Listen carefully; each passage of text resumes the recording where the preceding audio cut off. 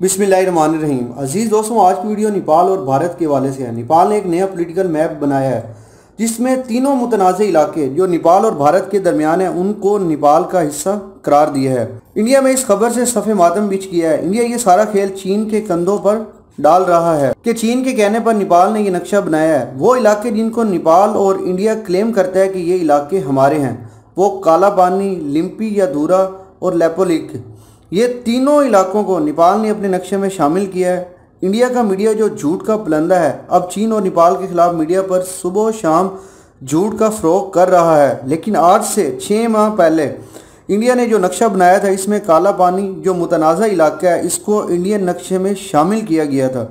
नेपाल के वज़ीर आज़म KP शर्मा ने पार्लियामेंट में खिताब करते हुए कहा कि अब ये तीनों इलाके हमारे हैं। और अगर हम बात करें काला पानी की, तो इंडिया ये दावा करता है कि काला पानी पथोगरा डिस्ट्रिक्ट का इलाका है जो उत्तराखंड की रियासत है। लेकिन दूसरी तरफ नेपाल ये दावा करता है कि ये दरचूला डिस्ट्रिक्ट है जो सुंदर पश्चिम प्रदेश के साथ मिला हुआ है। हमेशा की तरह मैं कुछ सवालात आपके सामने रखता हूँ जिनको आगे चलकर एक्सप्लेन करूँगा। सवाल नंबर 1, नेपाल इंडिया के साथ मजीद ताल्लुकात क्यों नहीं चाहता? सवाल नंबर 2, इंडियन फोर्सेज ने नेपाल में सिविल वार के दौरान मोइस्ट ग्रुप जो बागी थे क्यों सपोर्ट किया? सवाल नंबर 3, चाइना और नेपाल में क्या चीज़ें ऐसी मुश्तरक हैं जो एक दूसरे को आपस में जोड़ती हैं? सवाल नंबर 4, मनीषा कोइराला जो बॉलीवुड की बहुत बड़ी सुपर स्टार हैं, उसने इंडिया के खिलाफ क्या ऐसा बयान दिया जो चीन के हक में है? इन तमाम सवालात का जवाब मैं आगे चलकर तफसील से दूंगा। मैं नए आने वाले तमाम दोस्तों से गुजारिश करता हूं द बैकडोर तो चैनल को सब्सक्राइब करें और बेल के आइकन को भी साथ प्रेस करें ताकि हमारी लेटेस्ट वीडियो आप तक बआसानी पहुंचती रहें। नेपाल इंडिया के साथ ताल्लुकात इसलिए नहीं चाहता क्योंकि चाइना के साथ नेपाल ने 1960 में एक मुआहिदा साइन किया जिसे साइनो ट्रीटी ऑफ पीस कहते हैं। इस मुआहिदे के तहत नेपाल और चाइना ने अपने मुतनाज़ा इलाकों को हल किया और यहाँ से अपनी फौजें निकाली। इस मुआहिदे के तहत चाइना और नेपाल ने अपनी ट्रेड को बहुत ज़्यादा बेहतर किया। दोस्तों, चाइना सार्क तक रसाई हासिल करना चाहता है जिसके लिए इंडिया उसकी हर फोरम पर मुखालफत कर रहा है और नेपाल इसको ना सिर्फ सपोर्ट कर रहा है बल्कि इसकी पुष्टपनाही भी कर रहा है।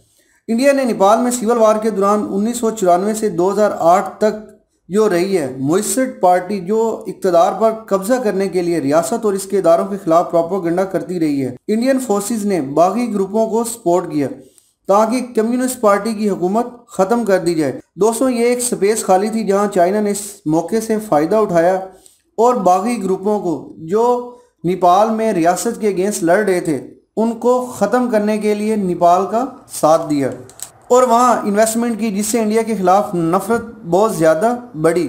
नेपाल और चाइना एक दूसरे के करीब हो गए। चाइना और नेपाल में एक चीज़ मुश्तरक है, चाइना और नेपाल में कम्युनिज्म सिस्टम है जिसकी फ़िक्र और फिलासफी कैपिटलिज्म सिस्टम के ख़िलाफ़ है, जबकि इंडिया में अगर हम बात करें तो कैपिटलिज्म सिस्टम है। अब चाइना को यह भी एडवांटेज है कि उनकी हम ख्याल पार्टी नेपाल में रूलिंग है, जबकि दाएं बाजू और बाएं बाजू के निज़ामों की तो हमेशा जंग रही है और इंडिया में निज़ाम दाएं बाजू का है जबकि नेपाल और चाइना में निज़ाम बाएं बाजू का है। दोस्तों, जब चाइना में 1949 में इनकलाब आया तो इसके असरात नेपाल पर भी पड़े। नेपाल में कम्युनिस्ट पार्टी इक़्तिदार में आई जिसका टाइम पीरियड 1949 से 1962 तक है और ये पार्टी राणा दौर हुकूमत जो फ्यूडलिज्म और अम्पीरियलिज्म का बानी था इसे ख़त्म करके इक़्तिदार में आई और कम्युनिस्ट पार्टी की बुनियाद इन 4 लोगों ने रखी। पुष्पालाल नार बहादुर कर्माचार्य, नारायण गोविंदा और नारायण बलाश जोशी ने रखी।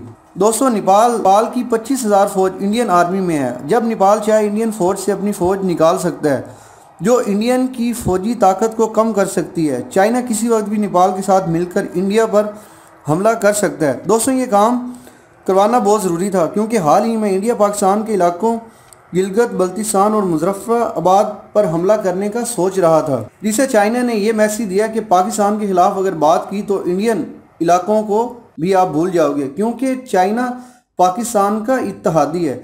नेपाल चाइना के इतने करीब है कि 1 मिलियन लोगों को इंडिया में जो वर्कर्स थे इन्हें माइग्रेट करके चाइना भेज दिया ताकि चाइना के साथ ताल्लुकात अटूट हो जाएं।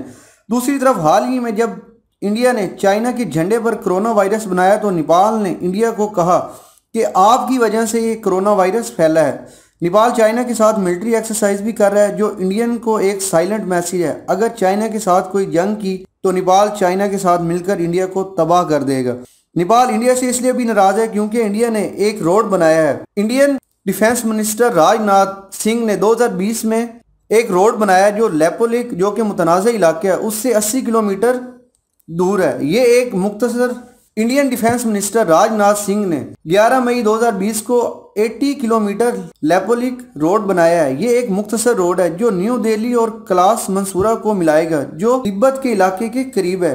नेपाल ये क्लेम कर रहा है कि ये रोड इंडिया ने हमारे टेरिटरी में बनाया है। इसकी वजह से भी इंडिया के साथ नेपाल के बहुत ज़्यादा ताल्लुकात ख़राब हुए हैं। नेपाल ये दावा करता है कि ये दोस्तों सवाल नंबर 4 ये था कि मनीषा कुरेला ने इंडियन के खिलाफ और चाइना के हक में क्या ऐसा बयान दिया। दोस्तों मनीषा कुरेला ने एक ट्वीट किया और कहा कि तीनों ममालिक को मिल बैठकर इस मसले को हल करना चाहिए। मनीषा कुरेला जो नेपाल की रहने वाली है और इंडियन फिल्मों में एज ए एक्ट्रेस काम करती है, इसके ऊपर इंडियन मीडिया ने एक भरपूर कैंपेन चलाई और ये कहा कि ये एक्टर जो खाते इंडिया का और गीत चाइना के गाते हैं। चाइना के अंदर जो है वो मनीषा कुरेला के अगेंस्ट मीडिया पर भरपूर कैंपेन चलाई। दोस्तों ये थी आज की वीडियो, मिलेंगे नेक्स्ट वीडियो में। अब तक के लिए इजाज़त चाहूँगा। आप तमाम दोस्तों से गुजारिश है कि आप अपने घरों में रहें, अपनी फैमिली के लिए मुझे इजाज़त दें। फ़ी अमानिल्लाह। अल्लाह ताला आपका हामी और नासिर।